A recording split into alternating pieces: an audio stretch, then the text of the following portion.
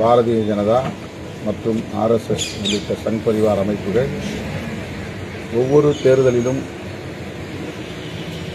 அவர்கள் இங்கே ஒரு அரசியல் சக்தியாக வலிமை பெறுவதற்கு பகிரத முயற்சிகளை மேற்கொண்டு வருகிறார்கள்.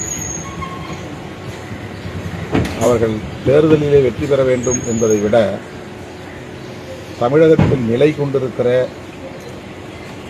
பெரியார் அரசியலை அல்லது சமூக நீதி அரசியலை நேர்த்து போகச் செய்ய வேண்டும் என்பதில் தான் குறியாக இருக்கிறார்கள்.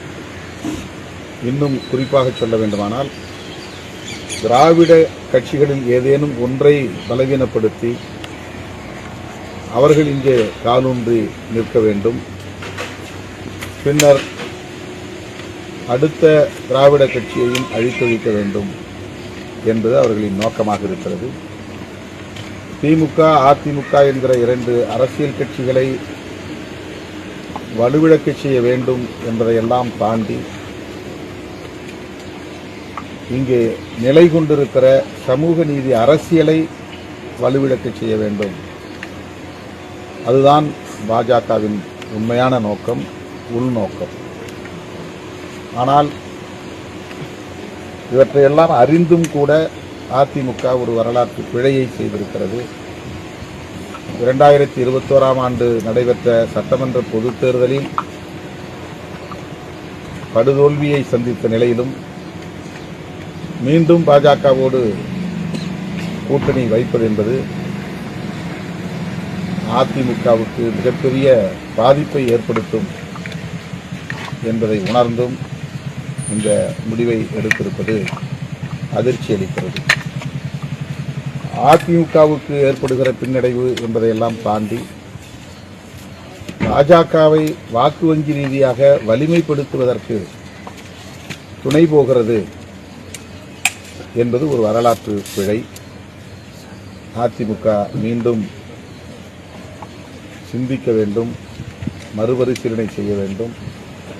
தமிழர் நலன் கருதி, தமிழ்நாட்டு நலன் கருதி, சமூக நீதி அரசியலை பாதுகாப்பு கருதி அதிமுக தன்னுடைய நிலைப்பாட்டை மறுபரிசீலனை செய்வது ஒரு வரலாற்று தேவையாக இருக்கிறது என்று விடுதலை சிறுத்தைகள் கட்சி சுட்டிக்காட்ட விரும்புகிறது.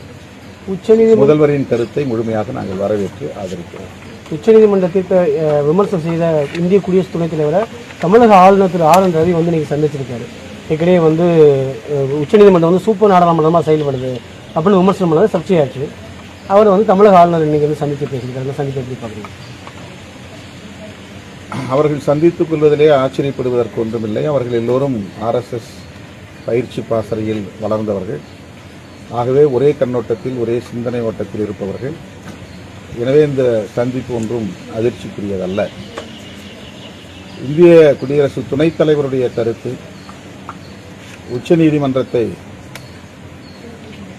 விமர்சிப்பதாக மட்டுமே நாம் பார்க்க முடியாது. அவர்கள் விரும்புவது போல் எல்லா நேரங்களிலும் தீர்ப்பை எழுதிக் கொள்ளலாம் அல்லது பெற்றுக்கொள்ளலாம் என்று கருதுகிறார்கள். அயோத்தி பிரச்சனையில் அல்லது ராமர் கோவில் பிரச்சனையில் உச்சநீதிமன்றம் அளித்த தீர்ப்பை அவர்கள் எந்த விமர்சனமும் இல்லாமல் அப்படியே ஏற்றுக்கொண்டார்கள். ஆனால் அது உண்மையிலேயே நீதிதானா என்பதை மீண்டும் ஒரு முறை அவர்கள் சிந்தித்து பார்க்க வேண்டும். இன்றைக்கு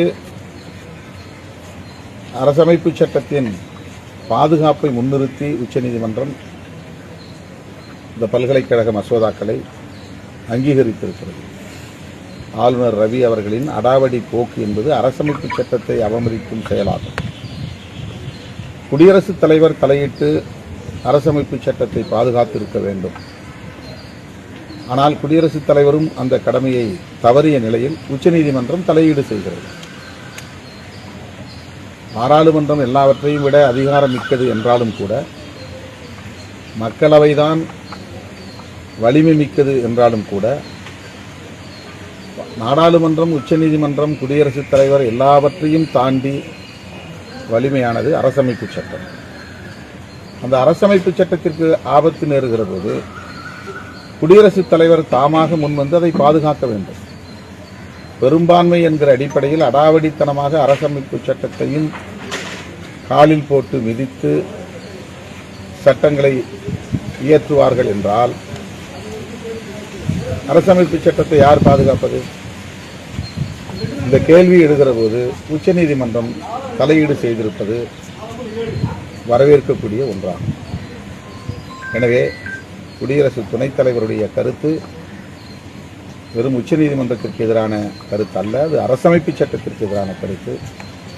அதை விடுதலை சிறுத்தைகள் கட்சி கண்டிக்கிறது. திமுக கூட்டணியில் இடம்பெற்றிருக்கக்கூடிய பிரதான கட்சியான மதிமுகவுக்குள்ள மல்லை சத்யாவுக்கும் திரு துரை வைகோவுக்கும் இருக்கக்கூடிய இஷ்யூ வந்து வெட்ட வெளிச்சமாக இருக்குது. கட்சியோட பொறுப்பில் வந்து நான் விலகிறேன்னு சொல்லி வெளிப்படையாகவே 3 பக்கத்தில் அறிக்கை வெளியிட்டிருக்காரு. இது உட்கட்சிக்குள்ள திமுக கூட்டணியில் ஒரு பின்னடைவு நினைக்கிறீங்களா? அது மதிமுக என்கிற ஒரு அரசியல் இயக்கத்தில் நடைபெறுகிற உட்கட்சி விவகாரம். அவர்களுக்குள் அதை பேசி சரி செய்து கொள்வார்கள். அதனால் திமுக கூட்டணியில் எந்த பாதிப்பும் பின்னடைவும் ஏற்படாது என்று நான் நம்புகிறேன்.